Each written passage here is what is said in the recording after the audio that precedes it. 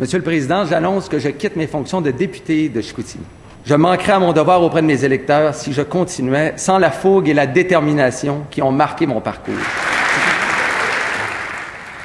Grande surprise ce matin à l'Assemblée nationale à Québec. Vous voyez l'accolade avec son nouveau chef, Stéphane Bédard. Vous voyez le premier ministre qui a lui aussi tenu à saluer ce député qui a passé 17 ans à l'Assemblée nationale. Il était arrivé sous Lucien Bouchard. Vous voyez sa femme qui, elle, était peut-être soulagée d'un retour à la maison plus fréquent.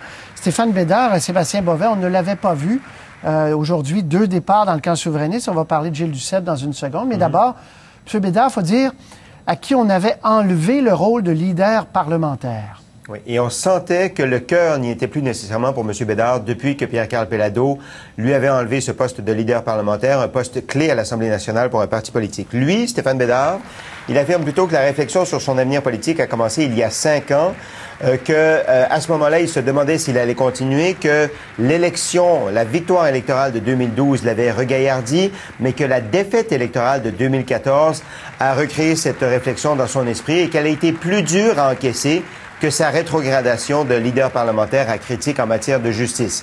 C'est la raison pour laquelle il part aujourd'hui avec son allocation de transition de 150 000 $. On l'écoute. Alors, si j'avais dû partir sur une déception, ça aurait été là-dessus. Le reste, c'est vraiment l'été où, là, j'ai compris qu'il fallait... quel était le meilleur moment. Et là, le meilleur moment, ça devient compliqué tout ça. Hein. Les calculs en politique... Regardez, aujourd'hui, mon ami Gilles Duceppe quitte. Est-ce que j'aurais pu prévoir ça? Je vous dirai au moment où j'ai pris ma décision, sûrement pas. Bien, justement, il vient de le dire. Gilles Duceppe, aussi, on l'annonçait hier, c'est pas une grande surprise, mais a l'impression qu'il a fait ce qu'il pouvait, puis voilà, au revoir. Oui, il part avec le sentiment du devoir accompli. Le Bloc québécois a fait élire 10 députés à la Chambre des communes lundi dernier, mais pas Gilles Duceppe.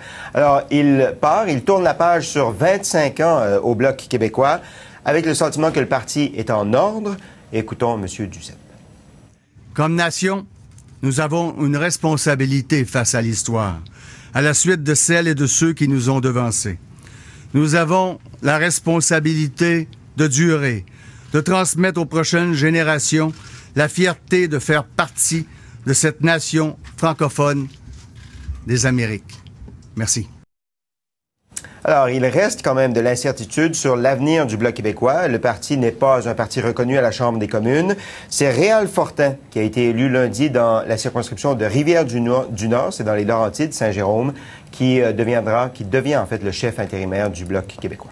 Petite ironie là, Saint-Jérôme. Pierre-Karl Péladeau, Saint-Jérôme. Réal Fortin, Saint-Jérôme. Merci Sébastien. Bonne soirée à Québec. Au revoir.